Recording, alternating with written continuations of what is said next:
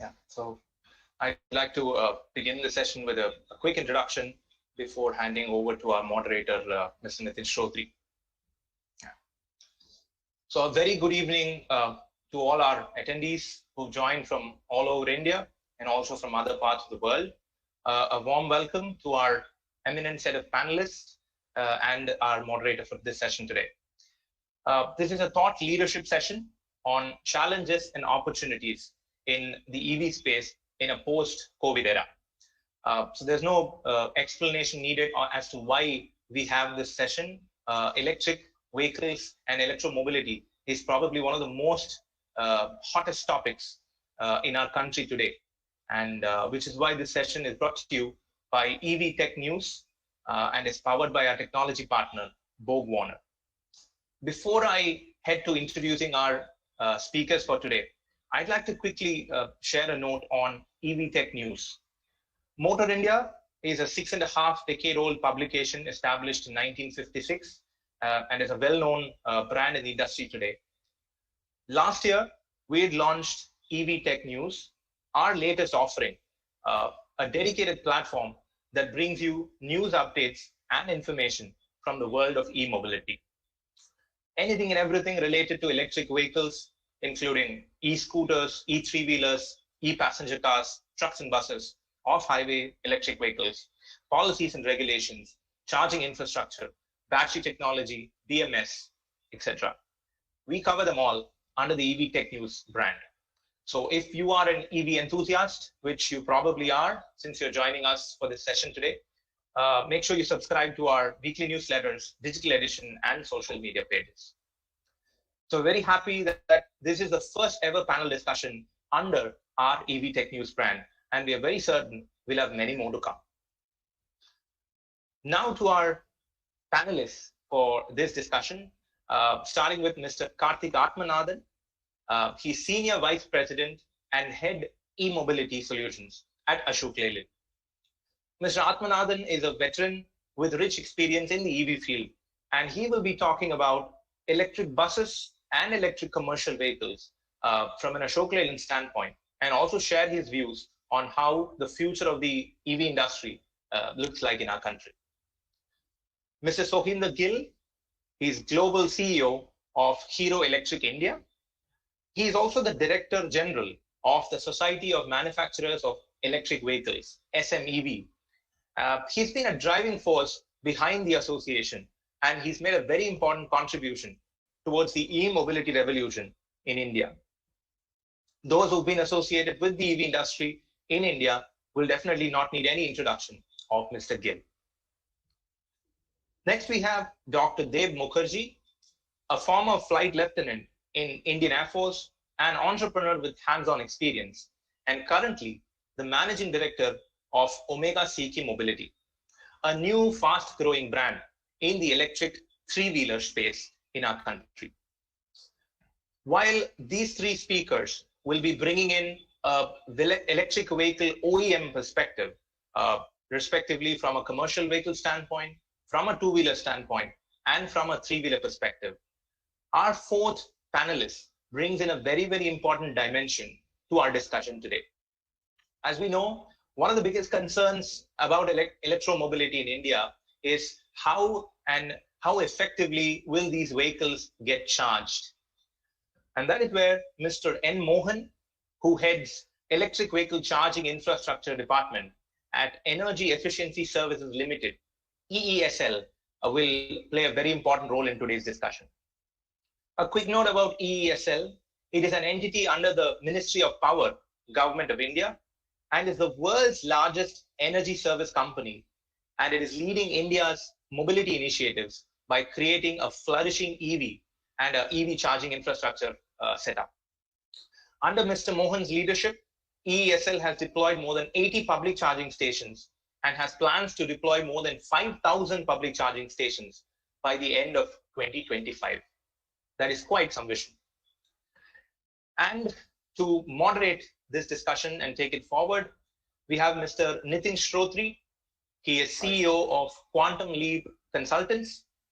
Mr. Shrotri was formerly with Tata Motors, Mahindra, and Greaves, and has rich experience in the field of commercial vehicles and electric vehicles.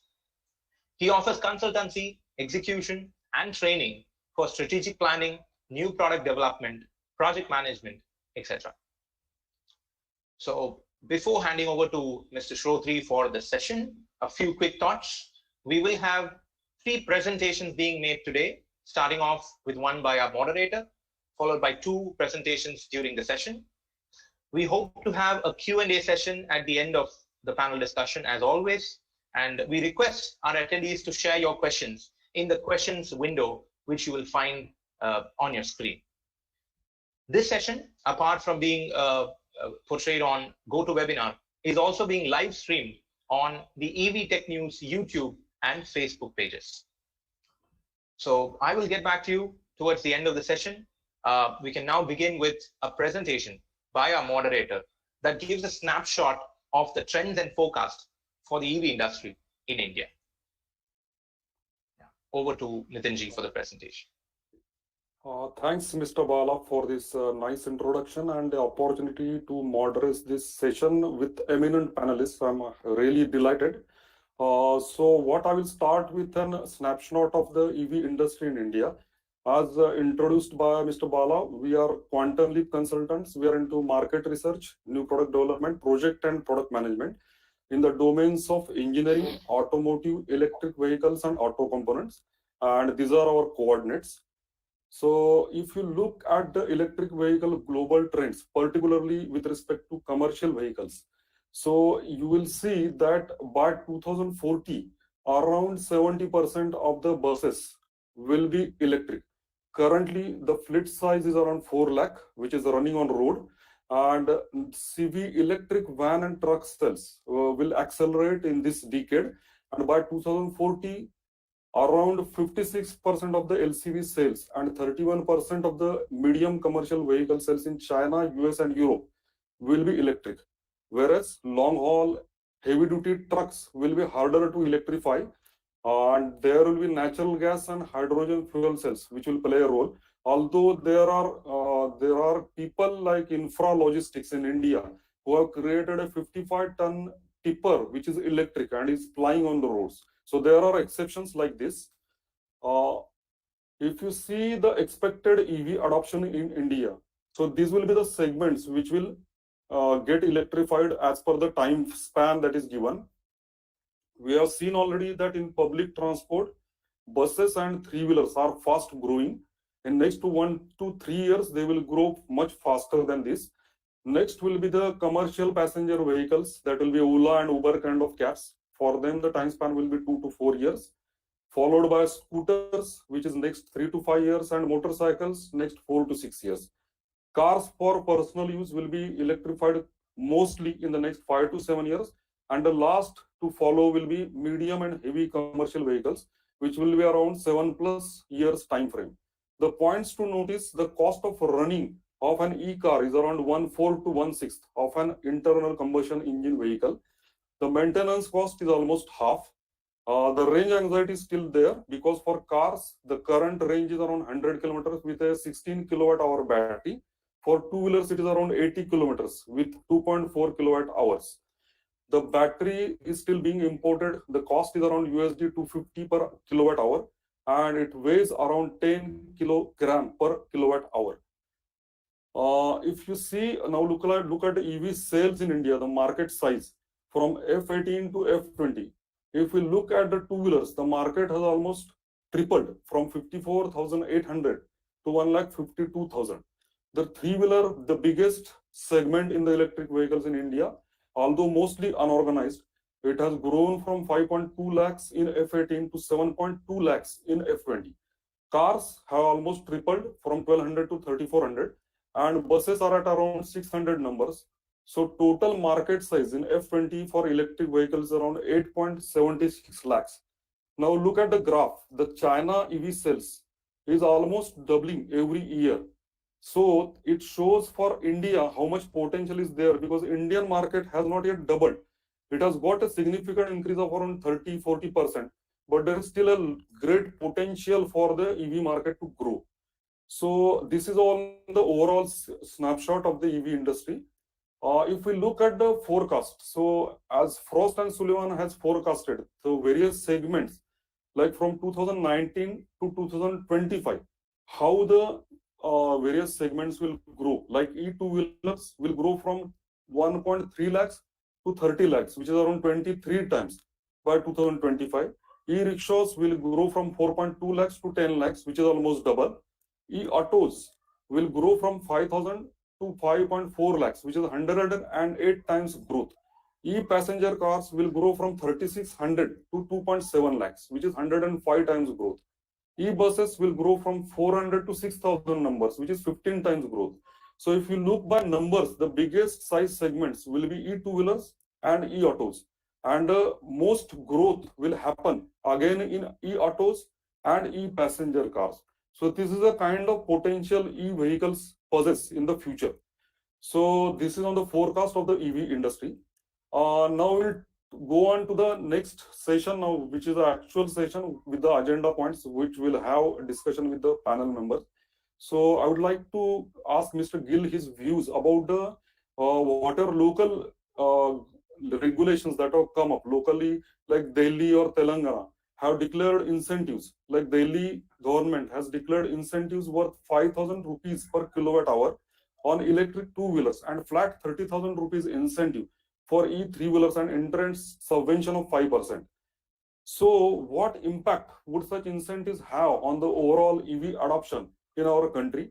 And should we wait for further such declarations? Do you think that any other state governments or government of India will follow such, whatever you say, that various schemes or incentives? So over to you, Mr. Gill. Yeah. Thank you, Nitin. Electric two-wheeler, one has to see what is the history for last 5 years, at least, and what are the price points at which the customer is buying today. Because we have electric scooters right from 40,000 to 1,50,000 in the market. And the scooters which are across 1 lakh plus, they are really good performance scooters, high speed, or almost similar performing to petrol versions, especially the ones which are costing 120,000, 130,000, and after the subsidy of central government. So people go flock in, look at that, but they don't buy those products, unfortunately. And the total cost of ownership concept that is explained to the customers, that doesn't sink in, because he doesn't get convinced about that yet, because there are not many on the road. So they slowly graduate to look for a vehicle which is sub 1 lakh, something like 70,000, 80,000, or the best sweet spot is 60,000 or 50,000 rupees. At 60,000, whatever you try, you cannot make a product which is equal performing to petrol.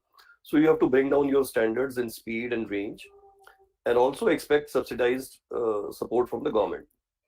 So now we have a chance in Delhi that some of this gap can be bridged, because with the central policy, the subsidy generally varies from 10,000 to 25,000. And that makes the product in the higher range to 110,000 or 120,000. The same product can now become around 1 lakh in Delhi because of a subsidy of Delhi.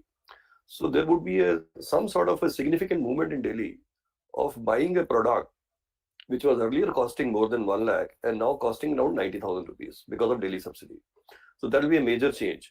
And that will be something which will be a welcome step, because people are waiting for this type of a movement to start with the help of a government support.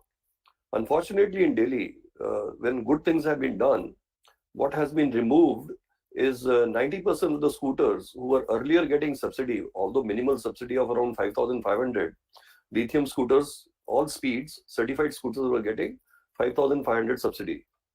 Now those scooters have been removed from the subsidy regime, which means a common man scooter, which is costing 40,000, 60,000, 80,000, if it is not going past the speed of 40 kilometers per hour, will stop getting subsidy. So today 85% of products are in that range. So they will suffer a price increase of 5,500. So I have my personal views about the volumes not really coming out of Delhi subsidy, but the market moving towards a good performance vehicle. On the e-rickshaws, certainly it's a populist step, I would say, but the lead battery subsidizing is a little drawback of a Delhi subsidy, I would believe, because lead should be more and more discouraged. People should move to lithium, and lithium should become affordable through subsidy Not lead should become more affordable due to subsidy. But what Delhi government has done is increase the subsidy for e-rickshaw lead battery also, which will lead to more proliferation of e-rickshaw of lead battery and further push the adoption of lithium battery e-rickshaw, which is not a good step. But other than that, Delhi subsidy is a very good eye-opener for other states. In fact, Maharashtra is actively talking about the same type of a demand-led incentive. And in addition to that, the supply chain incentives. So Delhi has turned a second leaf into supporting a central subsidies regime or a central incentive scheme, augmenting that to make the vehicles affordable for the first 2 or 3 years, which is so very important for electric vehicles. Because here, unless there are mass movement, unless there are something like 1 million, 2 million vehicles, unless there is a word of mouth, people won't buy it. And to make the first 1 million, 2 million sale, there has to be a support from the government, central as well as state.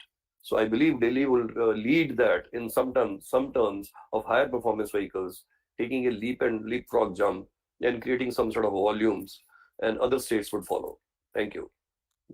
Great. Thank you, sir. Karthik, sir, what are your views on the current situation of EV adoption? What we saw just now in one of the slides, like EV adoption in various segments we had seen. So what do you think that how the EV adoption will happen in the EV market in the Indian context? I think you have pretty much captured the sequence, just that the small commercial vehicles were not there before the cars. But I think it's essentially what you projected. Some of it, thanks to COVID, might see a 1 to 2 year setback, because there are two problems. We've stopped generating cash for subsidy or for purchase. And if at all we have cash, the government is first going to spend it on economy and health, right? And second would be welfare for those election-going states. And I think environment reference, that's right, because the most important part is to get the economy back on track. So there is going to be some limitation in everybody's ability to spend. So there might be anywhere between 1 to 2 years postponement of your graph, but the overall picture I pretty much think is accurate. One lovely aspect is, if India is basically a price-driven country. Even in personal transport, there is the significant chunk of the market prefers to go with cost over comfort. And that's an important aspect to keep in mind, because this is going to drive the success. And the nice part is auto rickshaws, e-autos, not e-rickshaws, but e-autos. If you're doing 160 kilometers per day today, I don't think any right-thinking person who's got the funding will buy a fossil fuel auto today. An e-auto makes money sense.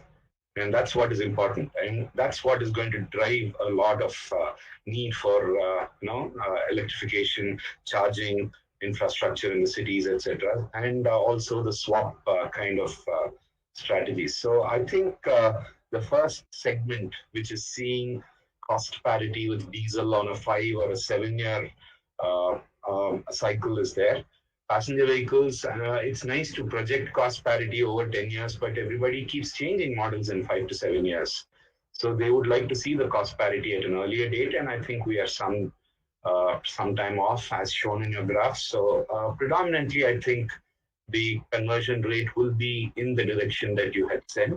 Just that I would probably think of inserting the light and small commercial vehicles before the cars, because those are very likely to be driven by regulation and by image promotion by companies. So you've got e-commerce companies who started making statements about 100% migration. They've not had too much of success yet, but they have. It's not as though they have been absolutely stagnant. So the light commercial vehicles will see migration which is going to be a little earlier than cars. So, and that's good because it's a less of a challenge for charging infrastructure because these are all going to be fairly predictable routes. So they would probably need just 1/3 the geographical spread of what cars or other passenger vehicles will need. And to Mr. Gill's point, I think it's difficult to decide what kind of two-wheelers to actually support for what period of time and to what extent. And a lot of learnings have been there. People have been tweaking policies. And I think the industry lobby has also been highlighting the deficiencies as and when every policy comes, not just the central government, but also the state policies. But I think in two-wheelers, there's going to be one tilt. Our volumes are so high that even a small percentage of EV penetration is going to tilt the cost factor significantly. So we just have to wait till that percentage comes. And I also see that there are a couple of moves by the principal advisor, scientific advisor to the government, coming up with absolutely low-cost, sophisticated chargers, which will be very relevant, but nothing fancy for two-wheelers. That's the way to go. We come up with good tech, we come up with good cost points, and then we offer it to the public. There's no way it's going to fail. So I think your graph is pretty much what I expect to happen. Thank you. So points I could take from your discussion is like, first of all, this graph or the timeline that is shown, it will go ahead by 1 to 2 years because of COVID. Second thing, the cost conscious Indian customer would like to have a low cost solution, both in terms of product as well as battery charging solutions. Third thing, you are saying that a segment of LCVs and small commercial vehicles will be before passenger car to follow the electric vehicle regime, right? So next, what I'll request is Dr. Dev to means on the like how EVs are fast catching up with their ICE counterparts, and specific segments and applications of vehicles and section of buyers like urban, corporate, or institutional. So which segment is preferring these electric vehicles first, and how the electric vehicles are offering commendable operating economics and frugality in running costs as well as reliability. So over to you, Dr. Dev, for these points to be covered. Okay, thanks, Nitin. I have a small presentation which I will run through, which mainly captures your points, and we will see how the whole transition to EV is happening and is expected to happen in the industry. Can you see my screen? I am able to see. Yeah. Yeah, we are able to see. You can go. Yeah, we're good to go, Dr. Yes. Yes. So, as Nitin and Mr. Gill and Mohan have pointed out that there is a transition happening in the industry. I think this is one of the most significant transition we are seeing in the automotive history for last 100 years or so. Globally, it is happening, and we are seeing country after country and company after company preparing to launch their electric vehicles or discontinuing the traditional IC engine vehicles. So in the context of India, I have just like to show you what are the drivers to this EV transition. One, of course, is the product awareness. Today we have products in the market. Ironically, the product which brought in this sort of EV automobile is the low-end electric three-wheeler, the smaller formats, we call it. The electric three-wheeler, which were typically the low-end, for the last mile commute, let's say from metro to house or metro station to office, etc. So that is something. But what it has done is it has also created an awareness in the mind of the customer that yes, there is a battery vehicle which runs and it is safe to travel. Then second is the technology maturity. I think this is very important because now the challenges of charging, safety and mileage up to a large extent have been answered by the battery technology. and it is lithium ion today. Tomorrow it may be maybe something else, I don't know, but a lot of research has been going on. So technology maturity for a roadworthy and safe vehicle is there today in the market. So this is again a big driver. The next is the government policies. Obviously, we talked about the incentives, subsidies. Now, government push for any industry could be either a technological push or a price area push, and third would be the infrastructure push. So these are the three areas. I think government, the central as well as state governments have been trying to answer in these three areas, whether it is in terms of subsidies or creating the charging infrastructure, which is very important because in a country like India, which is a federal structure of states, state to state, the policies change, the laws differ, etc. So those are the challenges that we have to come across. But by far, we see quite a consistent approach from government towards the transition to EV or non-hydrocarbon fuel, because it is obviously cost saving for the entire country. Then the last is obviously the cost economics. As my fellow speakers all pointed out, that India is a very cost sensitive market, and end of the day, this is what determines the choice of purchase of a vehicle or other goods of essential nature. So this is something that is driving the market, especially when we talk about the cargo segment. E-commerce has been a big adapter of EV, primarily because it makes sense, economic sense to them to use the electric two-wheeler or three-wheeler. So by far, if we categorize, there are four categories: product, technology, government policies, and economics. Next, I will show you the product cycle, which Nitin broadly showed. So over a time horizon of 3 to 5 years to 5 to 10 years, this is where we see the volumes as well as the technology evolving. And early adopters are the incubators of technology or research or academics who bring in the technology. Then comes the early innovators and early majority. And after that, industry reaches a critical mass, sometimes around 5 to 7 years into the adoption, where typically the inflection point comes and the volumes take off. That is the volume push comes over here, or this is the sweet spot. Now, for various categories of vehicles, this sweet spot could be different. In our three-wheeler, for example, we feel that 100,000 could be the inflection point from where the exponential growth might happen.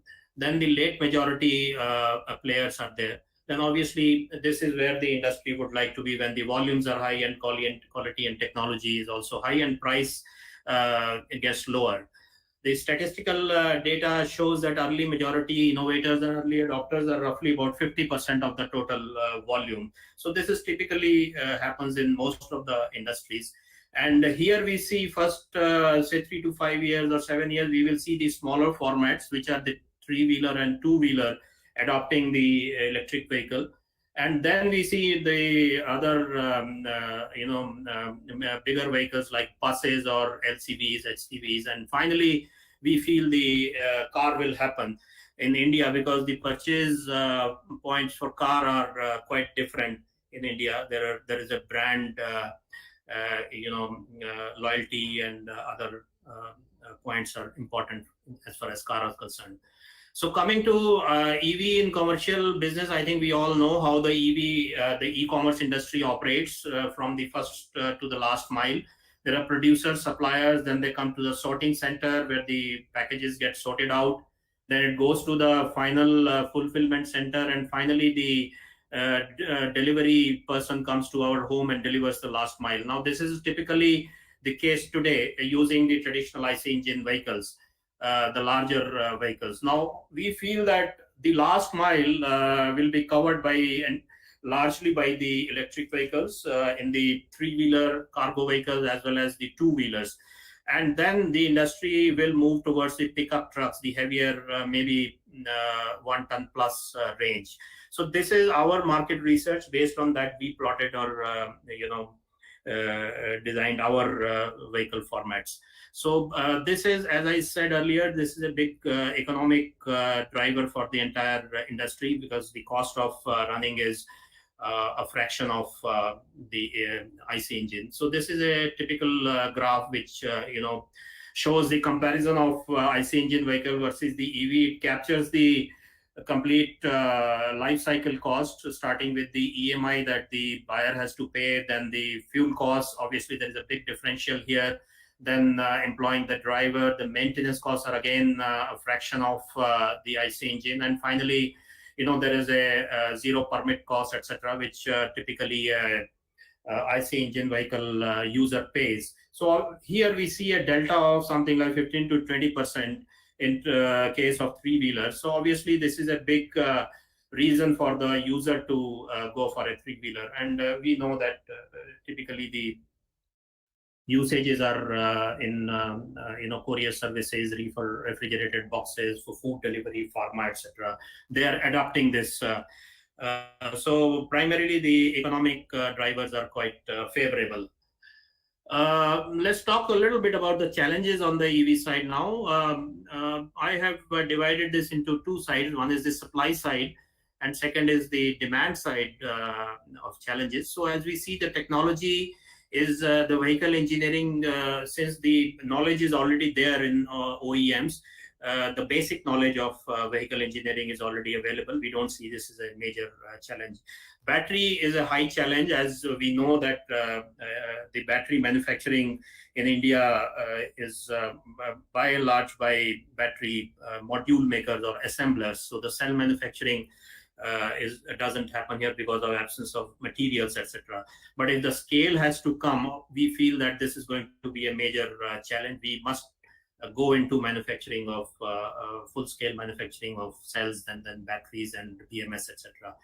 Then the other parts like motor controller, drivetrain, power electronics, etc. We don't see major technology challenge here. The suppliers are here, the knowledge is there, the materials are available.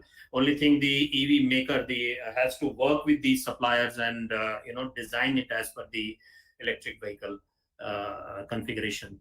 Coming to the demand side, on the charging station, there is a challenge because that creates the range anxiety into the mind of the user. Today, the charging stations are few, and the high cost of creating this charging infrastructure, as well as the time it takes to create, and also the different states have different rules and regulations and change of land use laws, etc., create a lot of challenge for the charging station operator.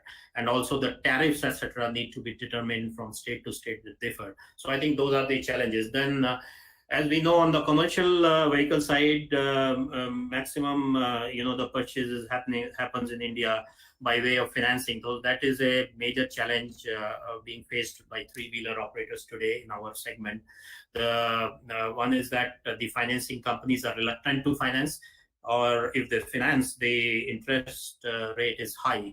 So that is something which I hope will go away as more and more adoption of electric vehicle happens and the scale comes in.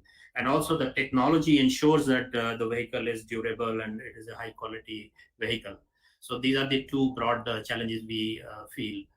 Now, we see that we are talking about the opportunities in the e-mobility sector. We feel that the entire pie is available today. This is the start of the industry, and we feel that the opportunities are right from battery manufacturing, battery solutions, configured to Indian conditions. Then coming to the vehicles of different formats, charging stations, and then the whole, the revenue streams of data analytics, etc. These are the opportunities, and the research shows that there is an opportunity in excess of $500 billion. So I think this is a great opportunity. And another point I would like to make here is that this is a great opportunity for the industry to create a hub for exports.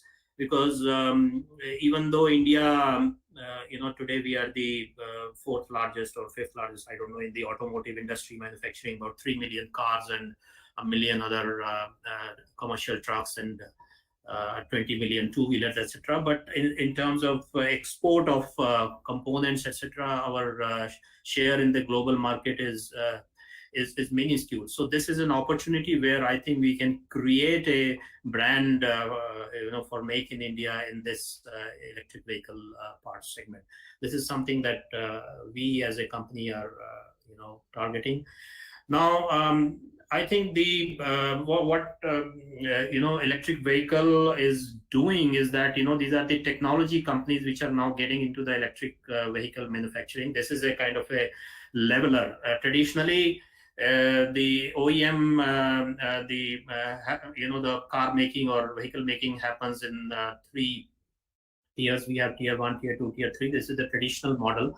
But the new age OEM, as we see, being driven by the companies like Tesla and even technology companies like Amazon and Google and all, they are essentially they are focusing on the technology, which is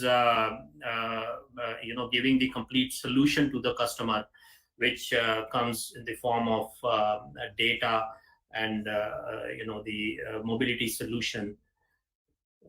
And the complete as being part of the complete energy ecosystem. So this is where we feel is the game changer for the OEM, where the OEM is not really a car maker or a vehicle maker. It's a technology company where car making is a part of the whole technology solution, where and it has to work with various partners. So just to conclude, I would say that, for players in this industry, there is a great opportunity, but we have to apply vehicle engineering approach and not just the assembler approach of getting some parts and kits and just putting it together along with the motor and a battery. The EV vehicle calls for a major shift in the vehicle engineering from IC engine. Secondly, create a robust technology supply chain.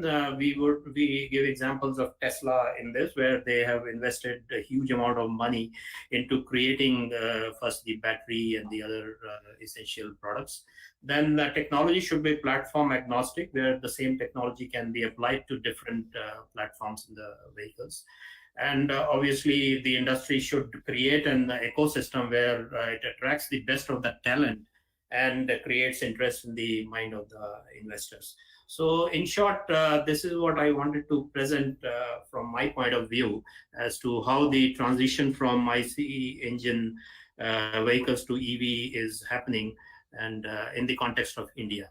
So thank you very much, gentlemen.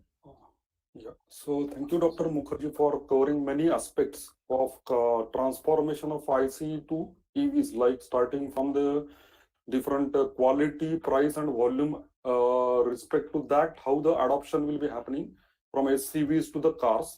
Then what are the challenges with respect to both the supplier and the demand side, like from battery to charging stations, and then explaining the various opportunities with respect to applications and segment which are suitable for EVs, like light voluminous loads for the shorter distance, where we can go for reefers, e-commerce, and this kind of applications. And ultimately, how the auto industry complete value chain from the OEM to the vendors is getting transformed with this technology kind of product. So thank you for covering all these aspects. Mr. Gill, I have one question more for you. Like, what are your views? Like, is EVs are fast catching up with their ICE counterparts? So, sir, what are your views on this? Do you think is it happening like that? Mr. Gill, you're on mute. You just have to unmute, please. Okay, thank you. Well, it's not really EVs are fast catching up, but EVs are certainly in many categories are fulfilling a mobility solution. Because when you are talking of last mile connectivity, for example, or otherwise a mobility solution for a personal or a commercial buyer, there may not be an equivalence of replacing, for example, a high-speed two-wheeler with with another two-wheeler of electric, but certainly a mobility solution is being fulfilled now. And especially we have seen in e-rickshaws, this type of even a dilapidated, poor quality product is able to fulfill such a requirement of the country between the home and the terminuses or the point-to-point type of a commute. That's a beautiful place where EVs are sitting in right now. I think when it graduates upwards into performance-oriented vehicles, higher speeds, higher performance, then it will start replacing on, then you can say it will catch up behind the IC engine vehicles today. But sum total of the country should be that whether a citizen of India or whether a customer is being given the solution that he needs. So even a mobility solution has its right place. And in India, with the traffic speeds being so slow, the distances being so low, in fact, perpetually, I believe EVs would definitely carve a niche in a last mile connectivity, which on the IC engine side was not so prominently available. Okay, thank you, sir.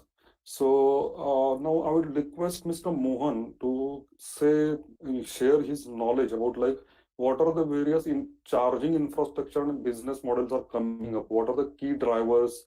What kind of partners and new opportunities for conventional players are there? And what kind of local business models are coming up? What are the tariff schemes for the end users? So over to you, Mr. Mohan. Yeah, thanks, Nitin. So maybe I think let me at least not spend much of the time on this particular slide because already Nitin, Mr. Dr. Dev and Mr. Gill has explained about how the EV's volume would pick up by 2030. But the interesting fact remains here, like especially if you look at the two-wheelers and three-wheeler segment. So there is a clear indication that these two segments will have a major transition where almost like 80% vehicles would be electric vehicles by 2030. If you look at the four-wheeler segment, the adoption will be very fast in the commercial segment where we foresee the adoption would cross around 70%. But in the personal mobility or the private mobility segment for the four-wheelers, near about 30% conversion would happen in the electric vehicle segment.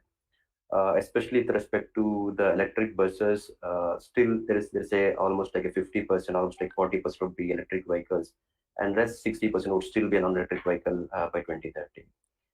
If I quickly brief about how the vehicle demand would be generated in these particular segments, so especially as brief by the co-panelist also. Here, due to this urban freight, the logistic requirement, especially the pickups and the delivery vans would have a major share, and there will be a quick adoption to happen in this particular segment because of the demands which would be generated by the e-commerce companies. Likewise, electric buses, we foresee it will be majorly driven by the policy incentives under the FAME scheme as of now. And the major adoption would happen in the city bus service segment, where the range is limited, where the running span is very much like defined routes and defined place of movements and operations are defined. In the four-wheelers, we feel the adoption would be fast in the fleet operators and the app-based taxi service segment, complementing with the FAME 2 subsidy, which is presently applicable only for the commercial registered EVs only. With three-wheelers and four-wheelers, I think since the dynamics of the electric vehicles are very much changing every day, and recent notification by the Ministry of Road Transport and Highways, where the electric vehicles are allowed to sale and register without batteries. That is a major paradigm shift which we can see in the two-wheelers and three-wheelers, where the battery swapping as a mode of charging would be more relevant for especially two-wheelers and three-wheeler segment. And regarding the charging need also, we feel especially the buses and the logistic requirement would morely be work as a captive charging requirements. And perhaps the four-wheelers will have a major share of the public charging infrastructure. And while the two-wheelers and three-wheelers would be very dynamic, where the major portion would be covered by the swapping solutions, and perhaps there's a look for a point charging solution also. Can just shift to next slide, Bala. Yeah. So if you see that globally also how this EV infra, the business model is operating. So broadly, I try to put it in four broad categories. If you look at in the global segment also, broadly like one is the independent model, where they will try to build a public-private partnership for developing the charging infrastructure in the government or with local municipalities. Here there will be separate EV service provider who would operate these charging stations, and these kind of the business model is very successful in countries like UK and Netherlands. The other model is the utility installation based model, where the utilities will have a kind of partnership with the OEMs to develop the required charging infrastructure. Here the utilities would work more towards providing the grid infrastructure, and they would more work in providing those grid augmentation and grid and resource and power supply for these infrastructure needs. This kind of model is well established in neighboring countries like China and the European countries like Germany. So there is another integrated model which is being explored in India as well. Model is more prominent in Canada. The fourth one is basically it's driven by the OEMs, where the EV manufacturers will try to build up this network of charging stations, especially in the highways and interconnecting cities. And this is basically the similar the strategy followed by Tesla also, where they're trying to build these high capacity superchargers.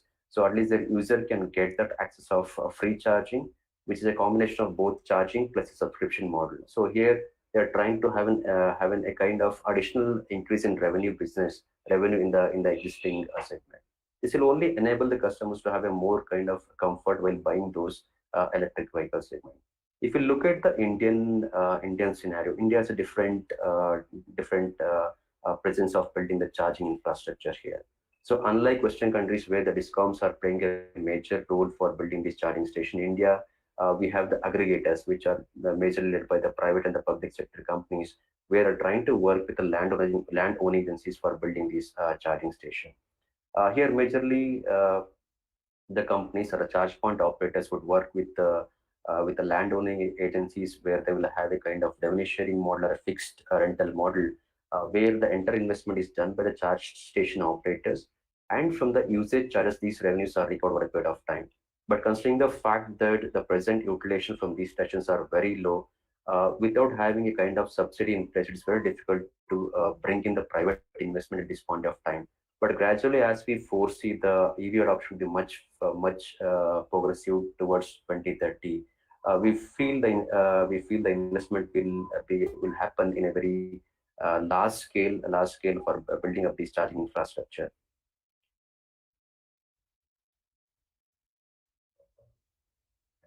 So this is about to show like how this cost economics would operate in this charging station. So broadly, like in India, as per the Ministry of Power guidelines, we have different types and rating of chargers.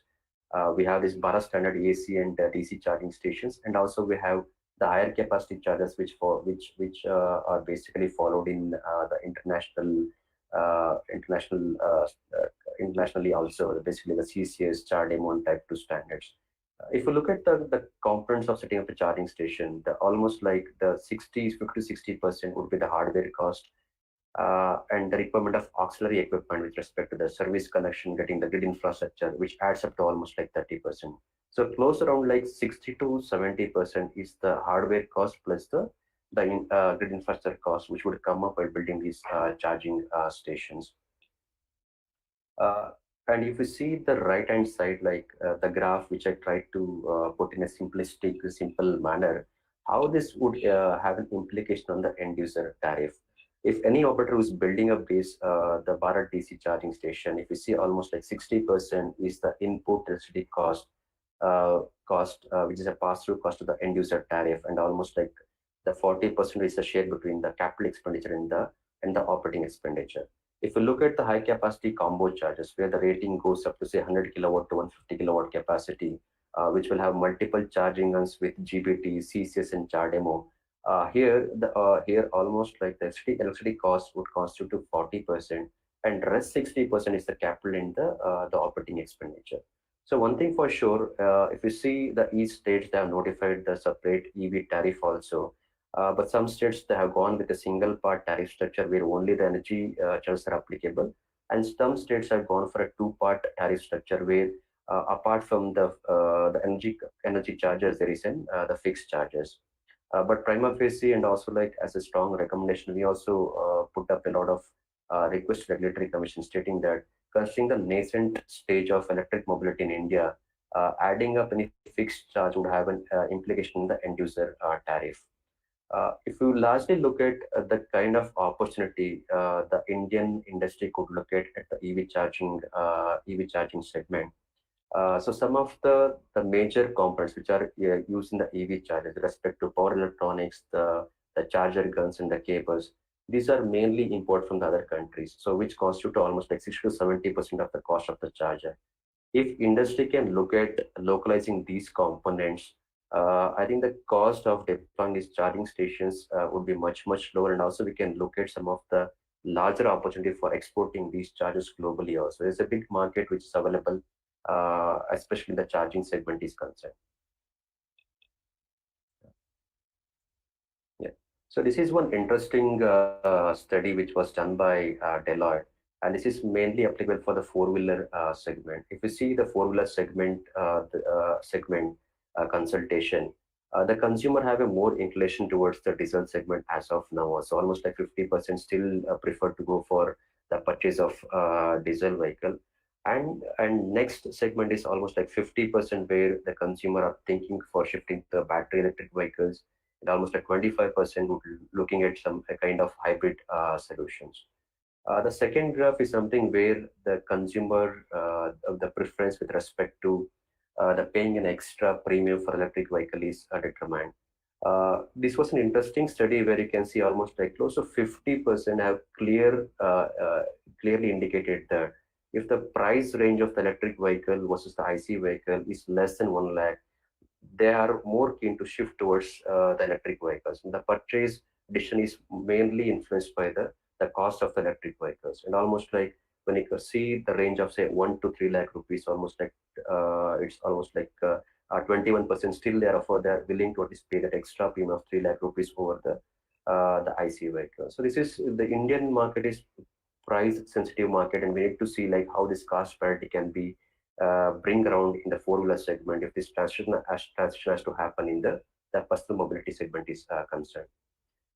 And this last graph is about the charging time. So we always talk about like the consumers would like to have a kind of fuel station experience where the users would come into the fuel station. They will fill their vehicle in less than say 5 minutes time, and they will drive away from the fuel stations. So we also had a lot of consultation with the consumers just to understand like what is their preference. If they go for a purchase of electric vehicle, are they willing to spare say half an hour in the charging station to refuel or recharge their electric vehicles?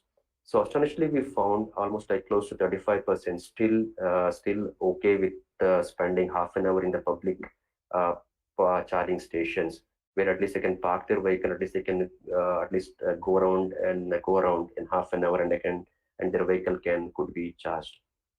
So people prefer to have this kind of session close around like half an hour to 45 minutes, not behind 45 minutes. That's the kind of indication we got from the consumer survey. This is like an interesting, insightful for anyone like who is considering or trying to build the charging infrastructure. This kind of insight would give a clear indication that if we can build a station at appropriate locations where consumer can spend half an hour, then consumer is willing to park their vehicle and spend half an hour for charging their electric vehicles.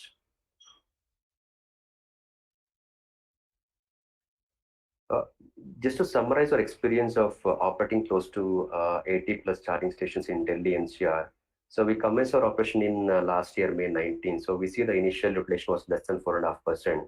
The gradual utilization has reached almost like close to 15%. And if you see the real impact of COVID in April 2020 and May 2020, we can see the utilization is almost less than 1%. This is the real impact of COVID, which has happened in the public charging infrastructure. This means that most of the shared mobility operators were completely stopped their operations in these 2 months. And again, we are seeing a kind of encouraging utilization trend in June and July. And July, we almost like reaching close to 20% utilization factor. Here, two main factors which has helped us in improving the utilization. One is the share of electric vehicles in the shared mobility segment has increased. Second is once we build large number of public charging stations at the appropriate locations with right combination of chargers, we feel the drivers or users are more comfortable doing the charging at these stations. Just to substantiate the findings of the survey, like how the charging time or charging intervals is changing in the public charging stations, the public charging infrastructure. If you see this graph, if you see almost like close to 60% charging sessions are happening, which are less than half an hour, starting from say around 15 minutes time till say 30 minutes time. So almost like 60% session happens in less than half an hour time, and adding up almost like 20 to 25% sessions are happening in less than 1 hour. So this indicates that the users are more comfortable doing a short, quick charging, which are less than half an hour to 45 minutes. So at least they can get the sufficient charging in the electric vehicles and they can take the next step.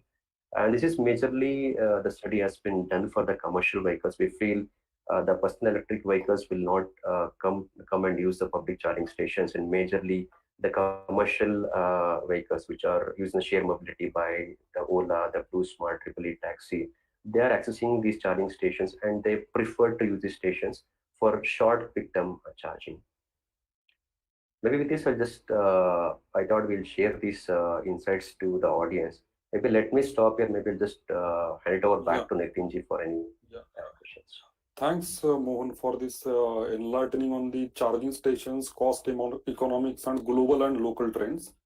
Now, coming back to the EV policy in India. So, I would request Mr. Gill and Dr. Mukherji to share their insights on like how important is FAME 2 as a driver for EV adoption. Will it really drive EV adoption in India?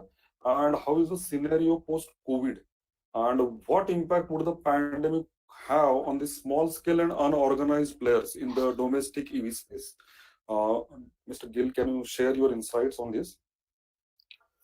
See, FAME 2 objectives were very good, but they made some few fatal mistakes, and that's why this policy has almost gone for a 6. The mistakes they made were that they thought that they would be able to generate the demand as well as introduce a lot of checks and balances together. And so many checks and balances were introduced that it was so difficult for anybody to beat them in a short time, and therefore the incentive or demand incentive that was doled out was less than 5% of what they thought they would give. So from that point of view, the customer adoption of subsidized vehicles was almost negligible in the last 2 years. So it is like, you know, when you plant a tree, when you plant a small plant, you have to nourish it. So instead of nourishing, they sort of thought of putting so many things around it that it vanished. So if they would have done little wisely, that they would have just postponed these checks and balances little ahead. For example, minimum speed, minimum range, only 20% of the vehicle cost, localization when there is nothing on the supply chain available in India in a very strict manner, and so many other checks and balances. They were all good parameters, but they could have come 2 years later, 3 years later, because the FAME 1 had started giving some results. The FAME 2 was supposed to bridge the gap between the price of equal performance vehicle, which they were trying to promote, and the customer expectation of the price. And the price gap was huge, and there was no money for that. Either they should have created a sort of a kitty out of sort of polluters pay principle, not using the government exchequer to fund, because when you fund from government exchequer, there is a limited amount of money. So the subsidies that were given were so little that even the equal performance vehicle could not come in the hitting range of the customer pricing, whether it was cars or whether it was a two-wheeler. These two really suffered in FAME 2 badly. In fact, cars were not even subsidized properly. And buses agenda also got derailed by the government for 1 year, and now they are coming about. So in a nutshell, I would say what mistake these guys did sitting in the offices was not really understanding the practicality on the ground about when to introduce checks and balances and when to promote the demand. If the demand would have been somehow promoted by 2 or 3 years, and if you would have had 2 million vehicles on the road, two-wheelers and three-wheelers and four-wheelers put together, other things would have automatically come. Supply chain would have started, motor manufacturing would have started, people have jumped in with new ideas of doing businesses, everything would have gone smooth. Now it is so difficult to untangle this. And that is why they are now rewriting the FAME, or they are thinking, okay, let's withdraw the FAME from a very different way and come out with another policy. But we have lost 2 years in that process, I believe.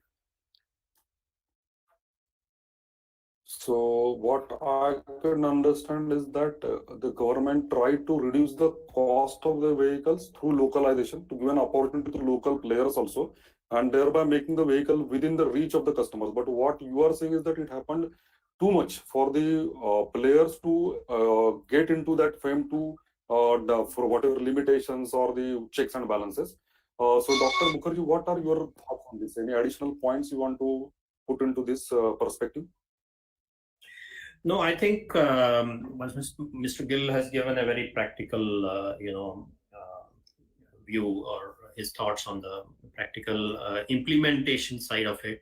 The problem is that, in principle, the policy was good and it was launched with a good intent. The problem is always in the implementation mechanism. You see, there's so many, as he mentioned, the checks and balances, and also the controls. The documents have to be uploaded, and then it, gets stuck the process. And in the process, the money for the OEMs gets stuck for 3 months, 4 months, or even more. You're not able to recover the money. So in the bargain, the whole the purpose is lost, and then it becomes a project in itself. Rather than making vehicles and selling vehicles, then we have to put a large amount of effort, resources, and organization into untangling this whole paperwork and the whole mechanism of this whole FAME subsidy. See, the emphasis should be making it simpler. That is the only way to make a policy work, because we have different policies and layers of policies and mechanisms and controls. Instead of controls, we need to go for facilitation. That should be the intent, and one has to really look at the ground level, how does it work. For example, state to state, the RTO registration differs. Sometimes some state takes even as much as 2 months to, and some RTOs don't even know. They ask, what is this vehicle? How do I register it? So there are issues, and until he gives the registration, I cannot upload it on the portal, and unless I upload it, I don't get the subsidy. So all these kinds of controls are hindrance to this whole policy. So in essence, the policy is good. It was launched with a noble thought, good thoughts, but I think they somehow lost the way in the implementation part of it. True. Yeah, thank you, sir. So coming to Mr. Karthik, sir, on the buses, what are the key factors challenging the STUs and private fleets in adopting the e-buses? And what are the long-term and short-term prospects and feature requirements for e-buses in India, taking especially into account the COVID factor? So what are your thoughts on this? Yeah, I think the biggest problem facing us right now will be the impact of COVID on the whole thing, because as I said before, there is viability gap funding being provided by the states in addition to the subsidy which the central government gives, and the central government stays committed on its subsidy under the same scheme.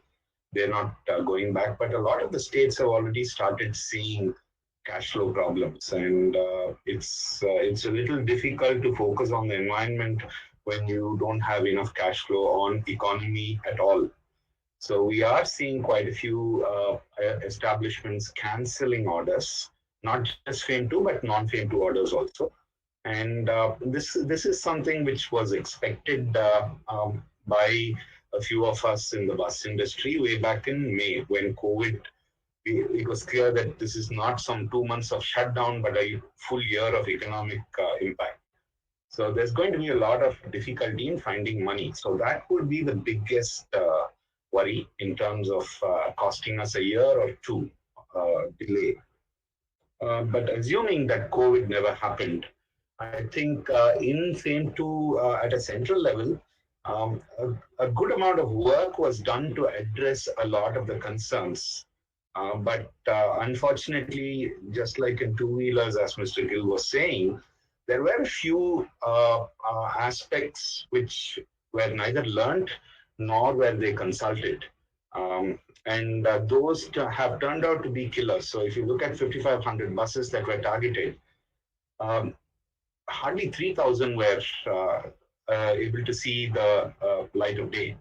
Now, this is not because of just the localization, or there are other aspects. The bus business is completely different from the rest of the EV segments. This is controlled by the states, so you need to make sure that the state interests are correctly protected, but the states have ridiculous credibility in terms of ability to pay and keep up their commitment to contracts. So a lot of people were not willing to finance. So finally, it became a non-bankable project. There were not enough people who were willing to take the state government's credibility for granted on a 10-year contract. Now, I think it's good that EESL is here because this is there are two solutions which actually EESL can bring in. And the first one, which is a far bigger, far more powerful tool than the demand incentive, is to actually float a tender and do a procurement plan for not 2,000 buses or 5,000 buses, but for about 20,000 buses over a 10-year period. You will watch the prices fall because the business is granted. Everyone knows that over a 10-year period, the business is happening.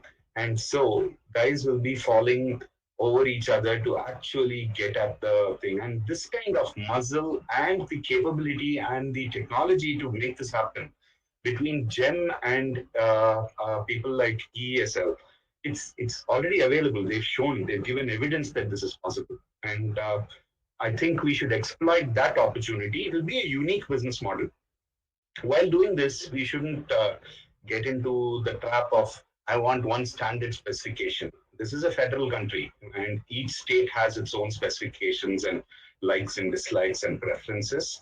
So we need to go with what the states want. So it needs to be a fiscal model rather than a purchasing model. And it needs to enable numbers, which will automatically drive prices down. The first 1 or 2 years, guys will be quoting high numbers there, and they will be quoting lower numbers in the third year. And for the 6th year of supply, they will already be quoting ridiculous numbers, which will not require demand subsidy at all. So I think we have a few powerful tools. We also need to make sure that there is some good way of guaranteeing to the banks that, listen, this money will come from the state government, don't worry. Right now, the banks are very worried about the STUs. There's not a single STU which is cash positive and which is creditworthy. And these are the guys who are signing contracts. So no banker is going to give it, even if there is some bank guarantee, etc. They know, I mean, even if there's an escrow account, because they know they'll simply not put the money in the escrow after the third year. And if push comes to shove, the government is probably going to say, yeah, go to court, we'll see what happens. So bankers are staying away, and the bankers are an important part of this bus business because it's huge asset value and it needs a significant debt component there. On the supply subsidy side, I think there is merit in just closing your eyes and not being very, preachy or very holy, and just simply subsidizing cells. You grade cells, you grade the kind of form factors, etc. Rather than bother about that 2 or 3% fraud, you focus on 97% enablement. And you subsidize cell procurement, preferably from non-Chinese base, so that you're able to offset that cost. And that is the biggest trouble. So a combination of a few such aspects will make city buses very easy to electrify. Because if you go and talk to the states, there's not one state or city administration which is saying, no, I'm not interested in electrification. The interest is there.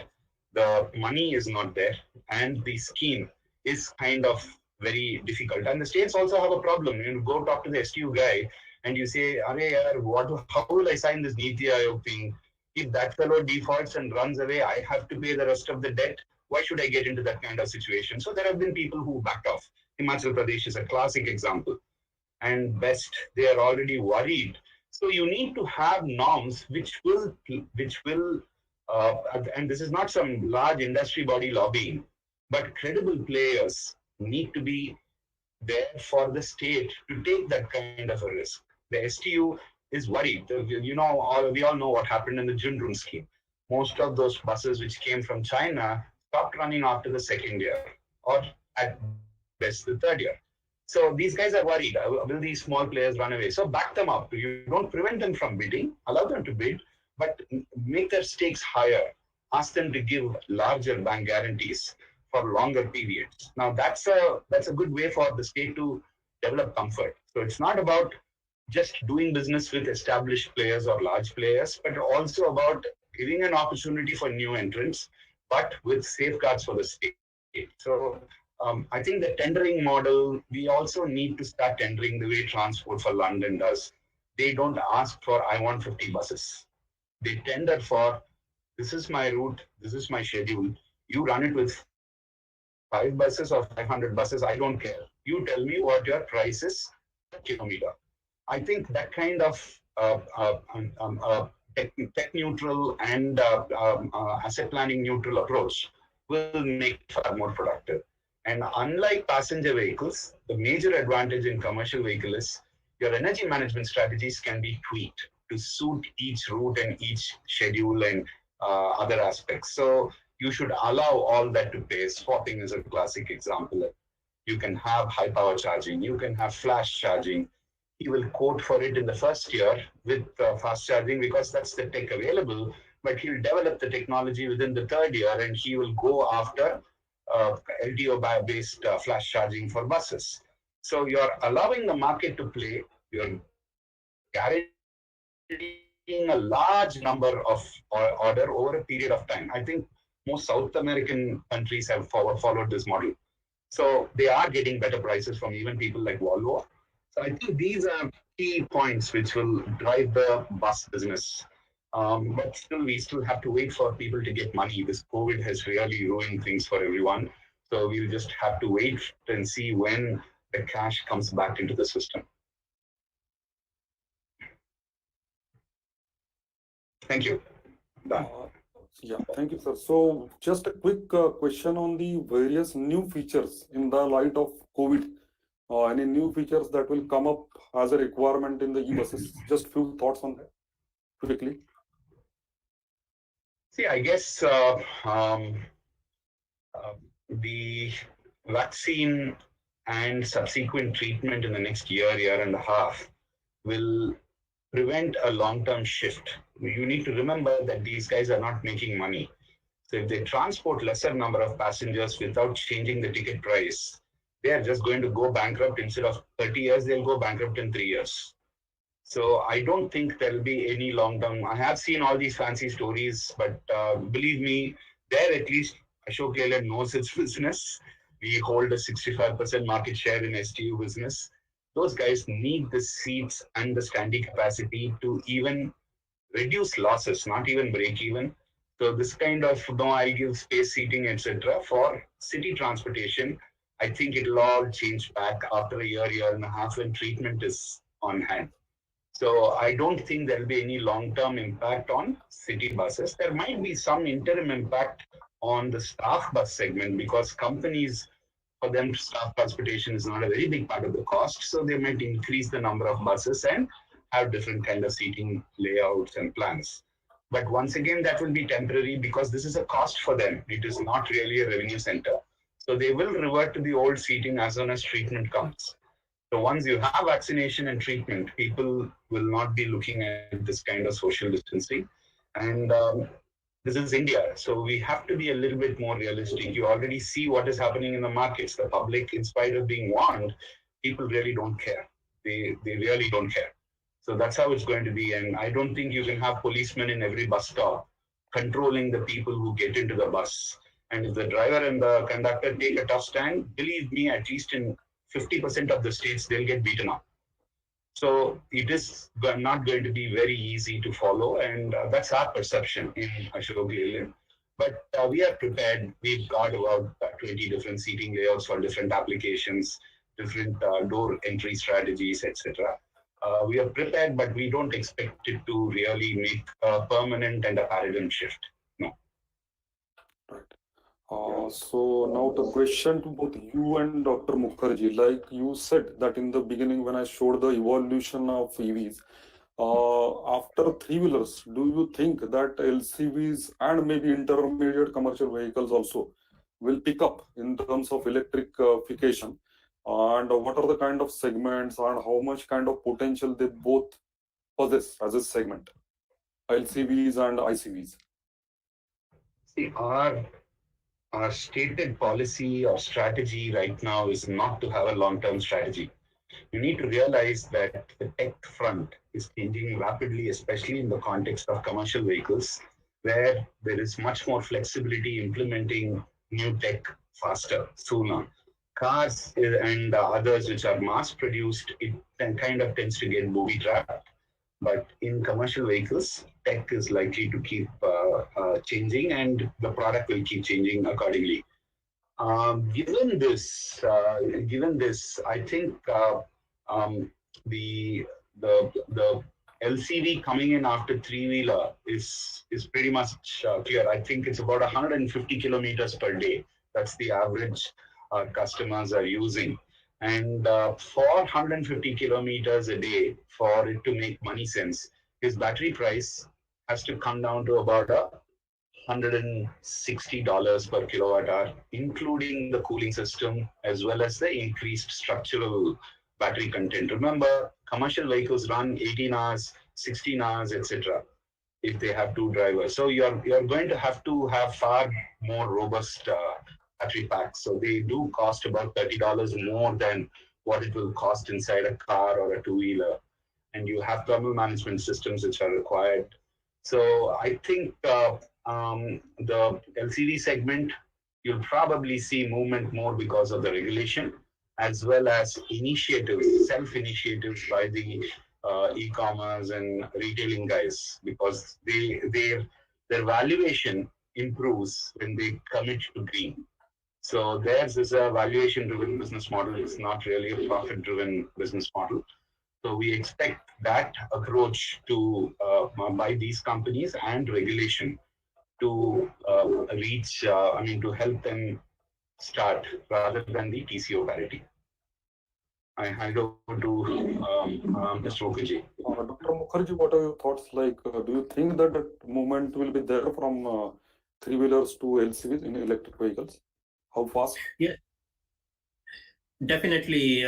We feel that the next adoption of EV technology is going to happen in the truck segment, starting with the lower segment of pickup trucks, maybe the 1 ton plus, and then going up to the LCVs. The reasons are one of them, like Mr. Karthick mentioned, is the e-commerce. Simply because it makes a lot of economic sense to them. The cost of running and overall cost of ownership. There is a significant value that they drive, and for them, this is a business enabler. A person or a fleet company who is running 100 plus kilometers in a day, it makes a lot of economic sense, and this is the traction we are getting on our three-wheeler business, and customers are asking us to deploy more and more. Now, another factor which is facilitating this changeover is the operating model itself. More and more of these companies operate on asset-light model. So the financing itself is going on, the leasing or subscription model. So obviously, it makes a lot of economic benefits to them. Second factor in favor, I would say, is that the technology is evolving more and more towards the solution provider side.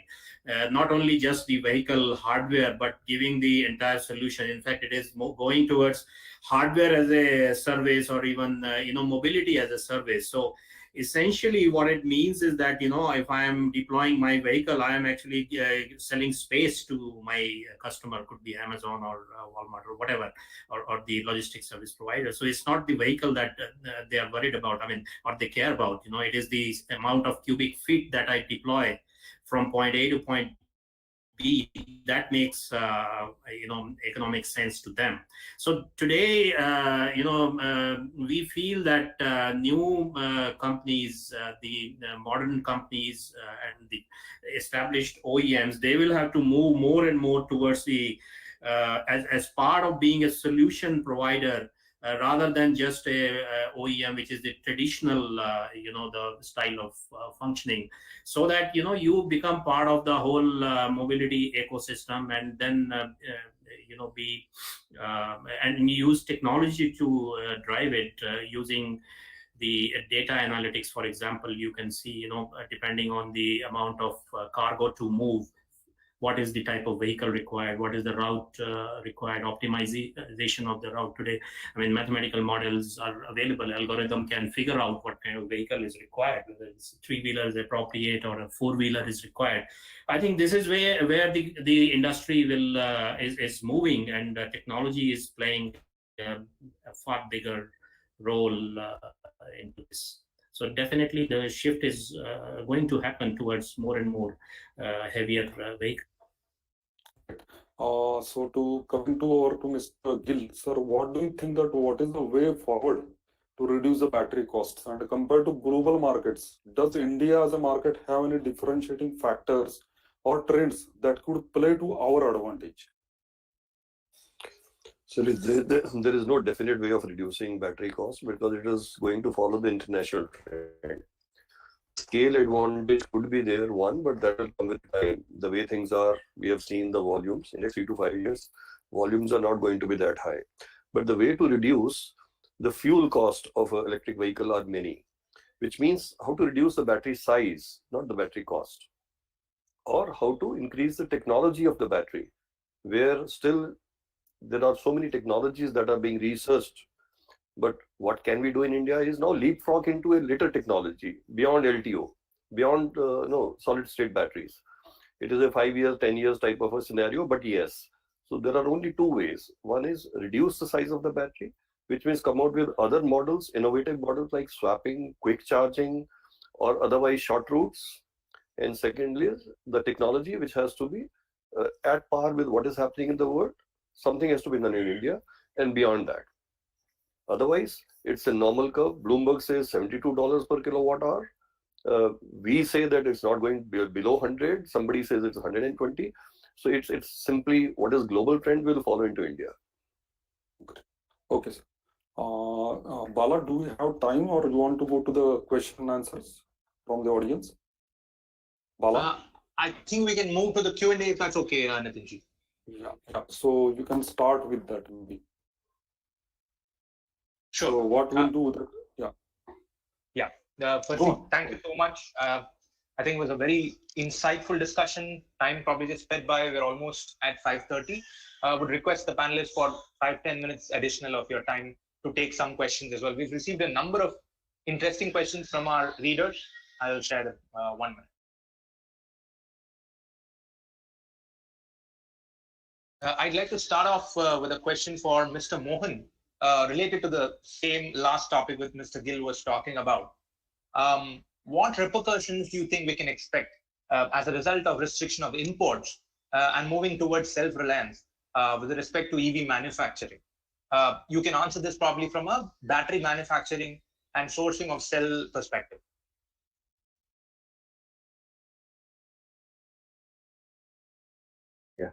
Thanks, Nitin. Thanks, Bala. So I think if you look at the demand which would come up from the electric mobility segment, I think we're estimating close to around 10 gigawatt hour of the cell requirement by 2022, and perhaps which may go up to almost like 50 gigawatt hour by 2025. So as rightly said by Mr. Gill also, I think unless we have a clear demand for the batteries and the technology, the putting up a gigawatt scale battery and operating it efficiently and economically would be very quite challenging. Perhaps I think we can look into two different aspects. One is when we talk about the batteries, we say the cost of batteries is almost like 50% of the cost of the electric vehicle. For time being, just leave aside the battery as such. Look at another 50%, which is currently available for electric vehicles. Look at the motors, look at the powertrain, look at the power modules, the capacitors, semiconductor devices which are used in the electric vehicles. Can we at least look at those like technologies which could be at least like localized to begin with? And perhaps I think once we reach a stage where the industry reaches a competency of meeting the local requirements, perhaps they can look at the export requirement as well. I think once we stabilize from point of the EV component manufacturing and perhaps shifting towards the cell manufacturing, it could make the complete ecosystem a kind of combinations would work very fine for the Indian industry, where India could become a kind of a solution provider for entire global requirement also.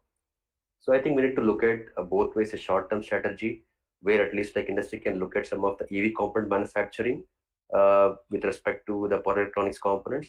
And perhaps in a long-term strategy, we should look at the cell manufacturing and the export opportunities. Okay, thank you, Mr. Mohan. One question which is probably quite straightforward and obvious when we discuss about electric vehicles. India seems to have made the move directly from ICE vehicles to fully electric vehicles. What about hybrid vehicles? Gill, your views on the same.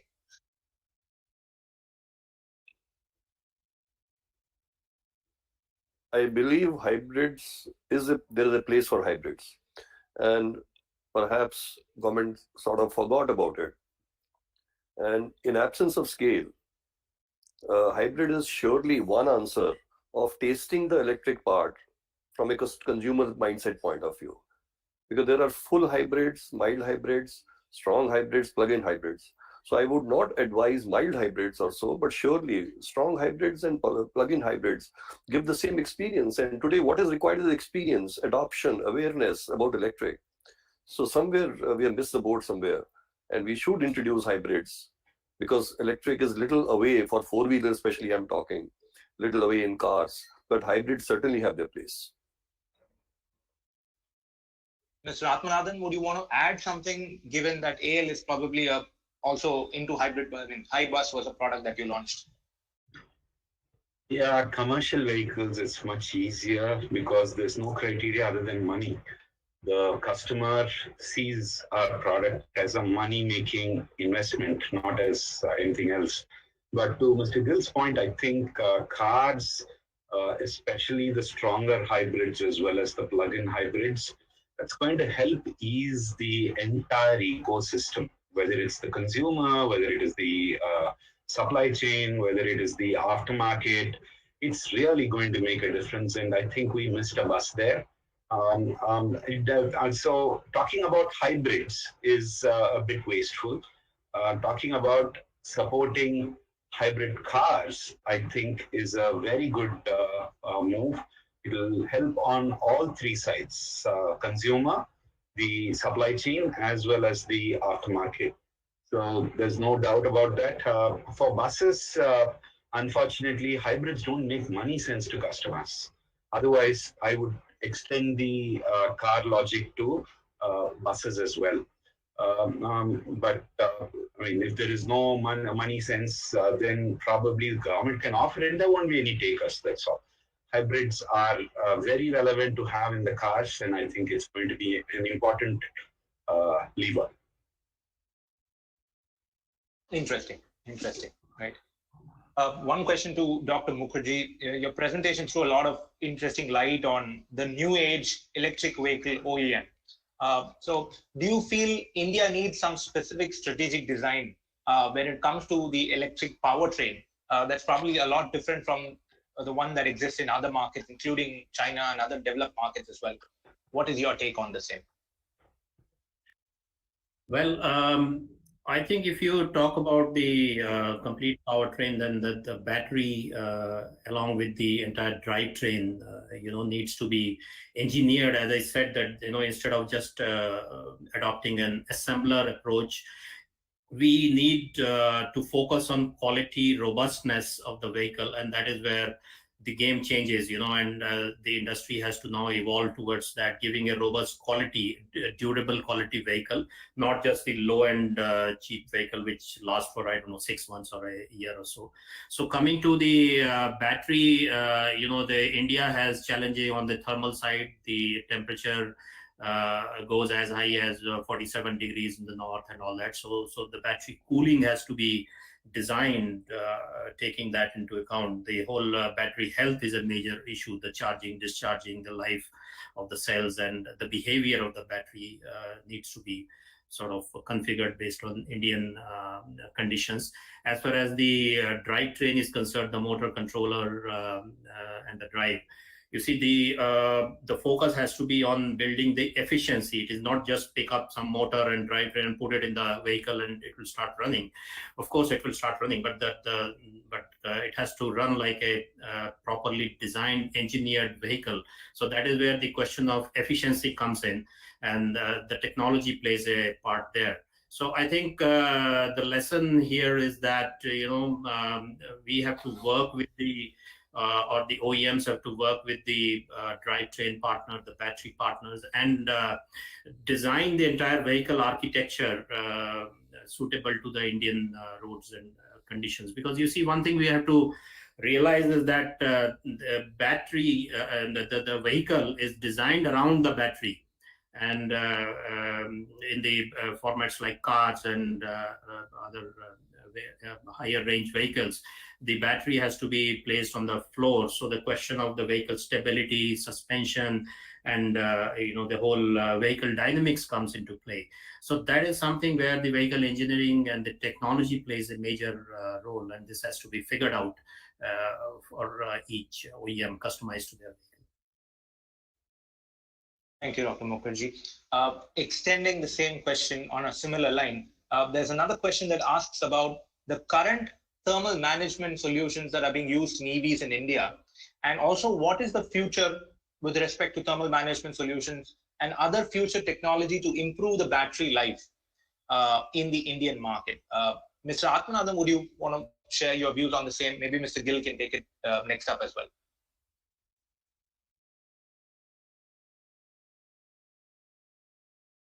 You're mute. I think you're on mute. Yeah. Yeah, I figured out. I guess thermal management is predominantly commercial vehicle. There are I'm not very familiar with the three-wheeler commercial vehicles, but I'm guessing that there would be a need. And the closer you take the battery to the ground, the more thermal management you need to do, because we have cities which go up to 46, 48 Celsius. And if the vehicle is parked in a tarmac, you might want to, there may not be a safety concern, but you will lose battery life, and it will make money sense to actually cool the batteries to keep the costs lower. So thermal management, I think as of today, the main, it is liquid cooling, active liquid cooling. In our swap buses, we do the active liquid cooling only when we charge. We do not use it when we run the bus, because it runs for about, say, 40 kilometers and it comes back. So it doesn't really heat up by that time, and we have to swap the battery anyway. But in our fast charge buses and rapid charge buses, we cool them both during charging as well as when we run the buses. Especially in those cases where the battery is on the roof, capturing the radiation directly, or when it is in the belly where it is capturing radiation from the road, as well as because it's being used, we need thermal management. And the technology right now is limited to your glycol kind of stuff. There are alternates from fairly high-tech vendors, but they have not come to an acceptable level of economics. They are fine technically, they are reliable and safe, but they haven't come to a good price point on a running cost basis, total cost basis. The actual tech going forward for commercial vehicles, especially buses and the short distance trucks, whether they are LCVs or ICVs, I think the best bet for India is going to be a reduced cost LTO. It's not going to help in any other segment. It will help only in the commercial vehicle segment.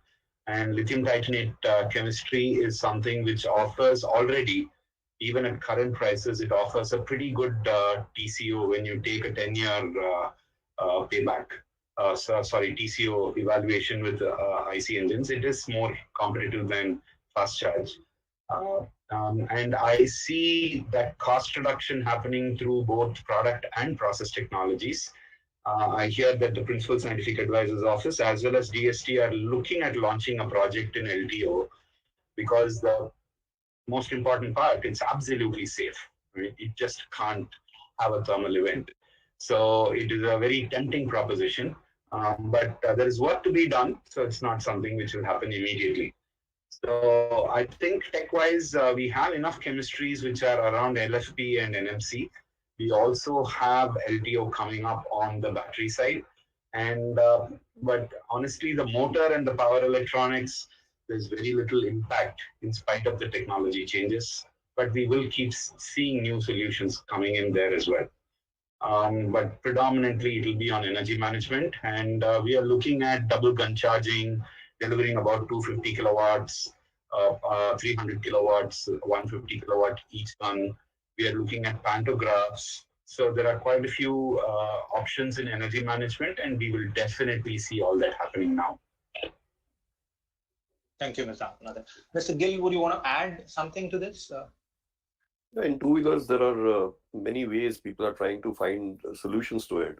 To start with, two-wheeler swapping is a possibility, and where pre-cooling of battery is one of the answers, and that is being experimented also by some of the people. But within the OEMs, what they're trying to do is 3 or 4 things.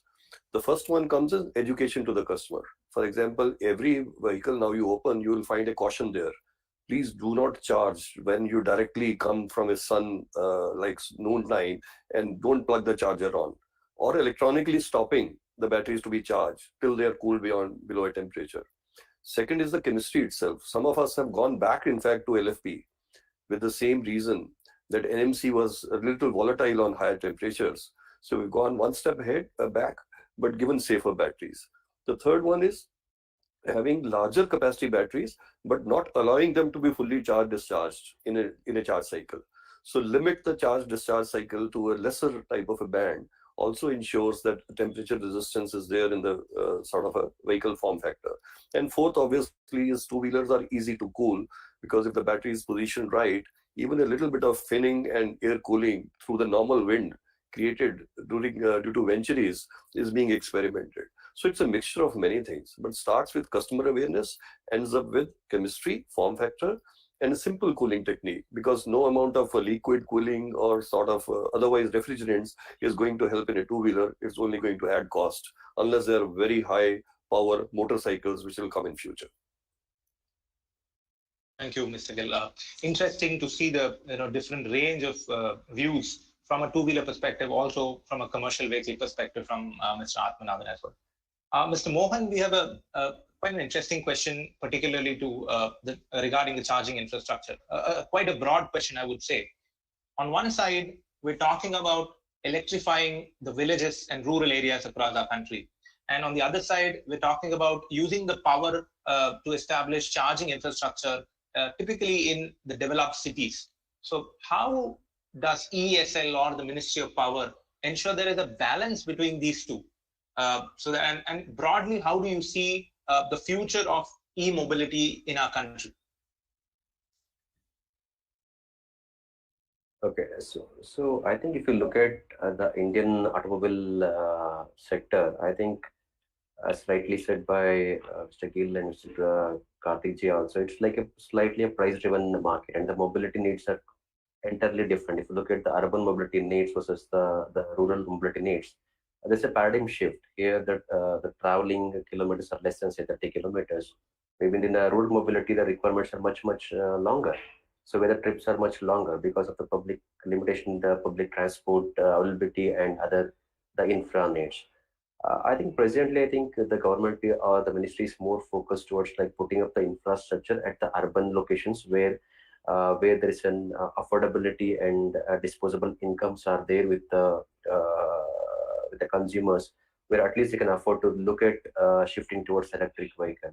But primarily, if you see the FAME 2 subsidy, which is more confined to the commercial vehicles only, even for the three-wheelers and the four-wheelers in the electric bus segment. So primarily, I feel these adoption could happen only in the urban and the semi-urban localities to begin with.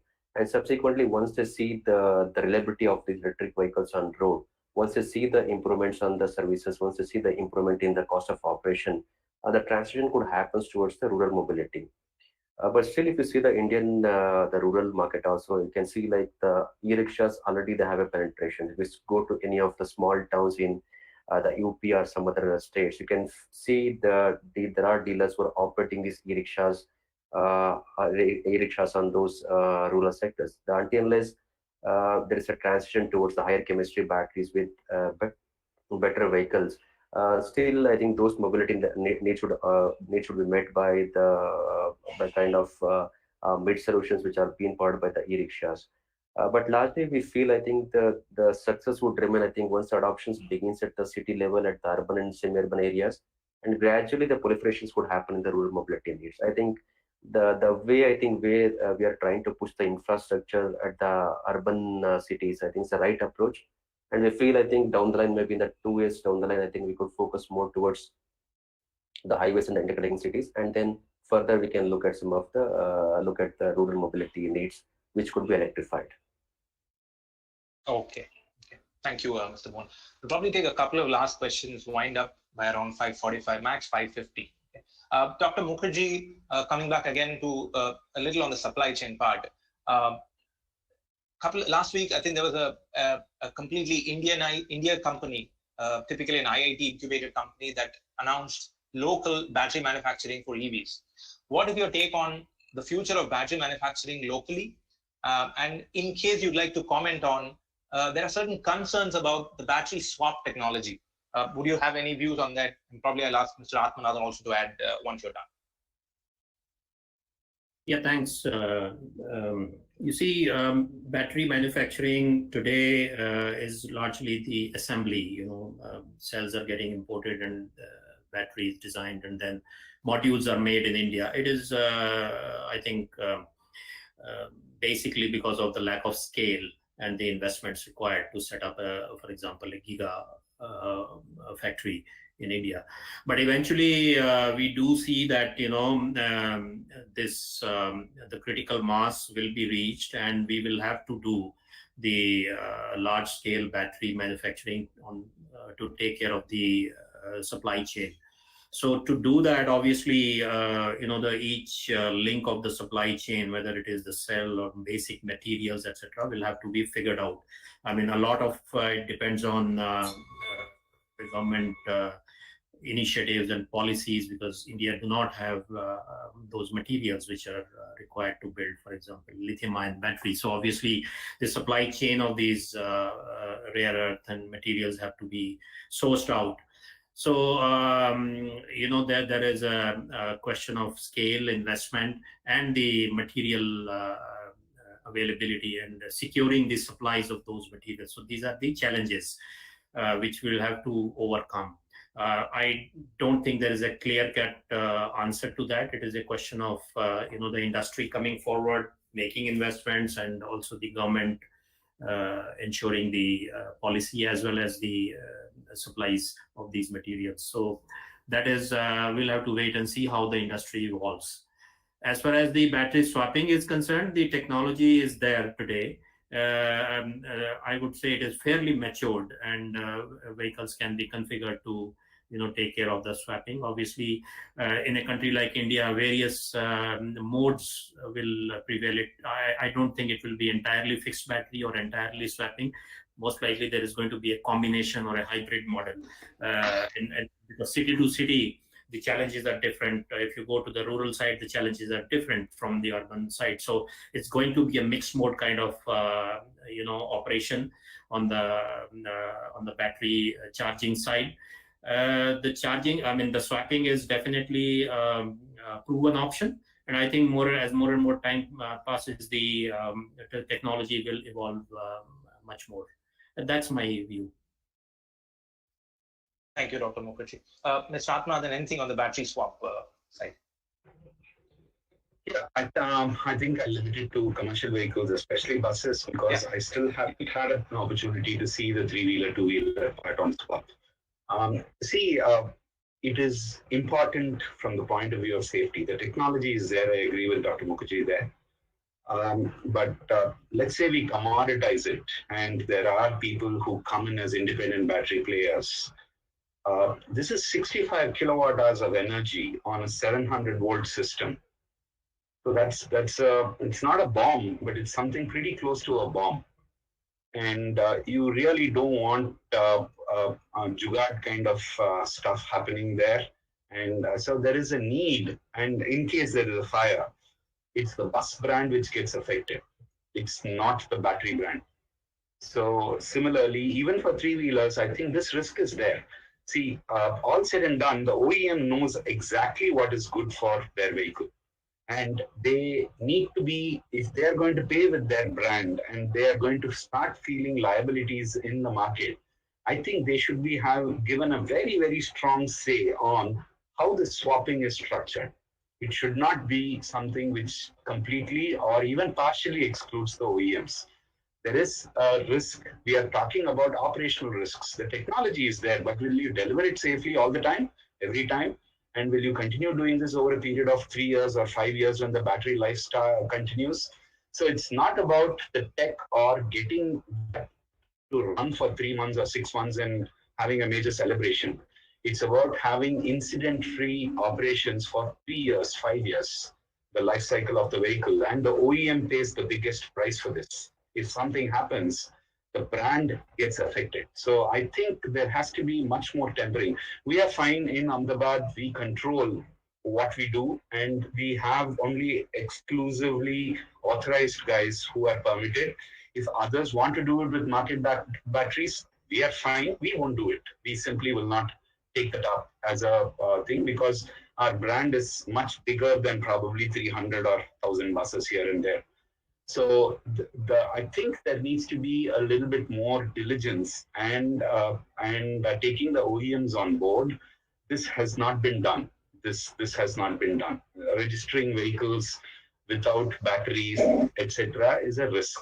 I think there needs to be much more which needs to be added. So I'm not saying let's not do it. I'm saying that needs to be done safely. And for that, nothing has been. I've not read or heard anything which is going to protect the brand or the passengers. So it's a technically feasible option. In quite a few cases, it is financially viable and more attractive than fast charge buses. So it's worthwhile keeping it as a technology, but with proper controls. Thank you, Mr. Athmanathan. Yeah, we've consciously not really touched much upon the new government notification about sale of EVs without battery. We'll probably keep it for a future discussion sometime later. A couple of last questions, one to Mr. Mohan, the last one to Mr. Gill. Mr. Mohan, you are surrounded by 3 electric vehicle OEMs. So what would your expectation or requirement be from a Ministry of Power and an EESL perspective? What is your expectation from the OEMs to probably drive the EV industry in the country? Okay, so let me at least from the experience of deploying close to 1,500 electric cars across the government institutions. So maybe I'll just limit to the 4-wheeler segment as of now because of the experience of operating only the 4-wheelers. So I think the critical point remains the training to the drivers, because when they start operating the electric vehicles, it's entirely different scenario because it's not a regular IC vehicles which they normally try to use. When they shift to electric vehicles, there are certain training requirements are there, which I think the OEM should ensure certain training could be imparted to those the drivers or the EV users. So at least they are trained for using these electric vehicles in a good manner. So there is no such kind of instances where the vehicles are getting stopped. There is some unwanted breakdowns which would happen while operating the electric vehicles. That is one thing. The second thing, I think still I feel the OEMs could look at setting up of more service networks. So presently we feel the service network is not well established for the electric vehicles, although there are specified dealer partners who operate or provide service for the electric vehicles, but it has to be increased because once we have this full-fledged electric vehicles operating on road across different cities, and providing timely service is equally important. If you look at some of the service which happens in the 4-wheeler segment, it normally ranges up to 2 days. We had this experience where the vehicle was went for service and that took almost 48 hours or more. So it gives a kind of sense to the EV users that why such a long duration is required for servicing these electric vehicles. The kind of service network has to be ensured where the users can be promised of timely services, where the intervals could be specified, where the software updates which regularly happen in the electric vehicles could be taken care. So at least the user can have a kind of convenient of using these electric vehicles. That is one thing. So I think now looking the last 2 years performance of electric vehicle, there's a lot of improvement which we have seen in the OEM side compared to the earlier version of electric vehicles where we had the initial technical issues, but I think the more of those issues have been resolved to a larger extent now. We see the most of the electric vehicles are very much refined. I think the users are more comfortable driving the electric vehicles, but the service and the training has to be emphasized and powered by the OEMs. Once you want to at least like popularize the electric vehicle as compared to the ICE segments. Thank you, Mr. Mohan. Thank you so much. Mr. Gill, I request you to probably conclude from a panelist perspective and also from an SMEV perspective. Post-COVID, yes, we've had immense challenges for the auto industry. Also, it's probably put the brakes a little bit on the EV sector. But short, medium to long term, how do you see the EV future in the Indian market? Well, like Karthik has explained, the cash is so coming scanty. So in the short run, EVs have really taken a setback because already it was not in the purchasing mindset of customers so much. The first hit comes when the cash is less. So in the short run, the network has suffered, OEMs have suffered, and customer adoptions has dropped. On the investment side, especially, the investors have become very, very choosy. They are picking only the gold and diamonds. Earlier, there was so much of investments happening into startups, etc. In a way, it is a cleansing process from that point of view. They are picking sort of pick and choose after a lot of deliberations. So investments are getting delayed into the EV sector, especially on the startup side. And perhaps that will also postpone the EV adoption to a certain extent. But the positive parts, at least on the two-wheeler side, are the social distancing, which is seeing a migration to even petrol two-wheelers as well as electric. So a personal vehicle has become certainly a choice from safety point of view, at least in the short term to medium term. So there is a clear trend of people walking in and wanting to buy something which is very low cost, affordable, low running cost, and taking care of the safety aspects. That's where a home-to-home type of a solution from an electric vehicle, it doesn't even need to go to a petrol pump to change a currency, seems to be the right choice. So from that point of view, EV certainly in the medium term, maybe in the later part of the year, we'll see a lot of recoveries. And as association, we believe that if we clocked 152,000 two-wheelers last year, we'll certainly touch very near to that, and we won't lose what we have lost in the 4 months. We will recover. In the long term, there is certainly a very positive trend, and as everybody is saying from Dave and Mohan, we are waiting for inflection point to come. Now, whether that inflection point comes in 2 years or 10 years is the question. There is nothing about EV not happening, but when to happen.